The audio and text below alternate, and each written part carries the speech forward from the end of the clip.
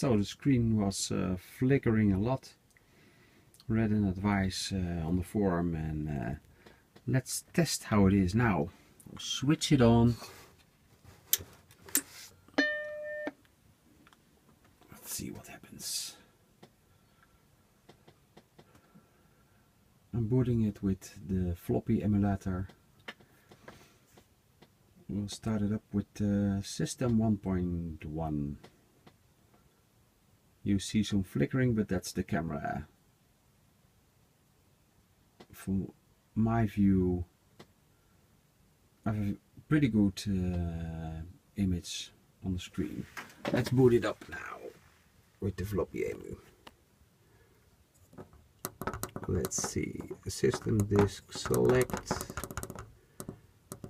Let's boot it up with 1.1. Okay, it's booting.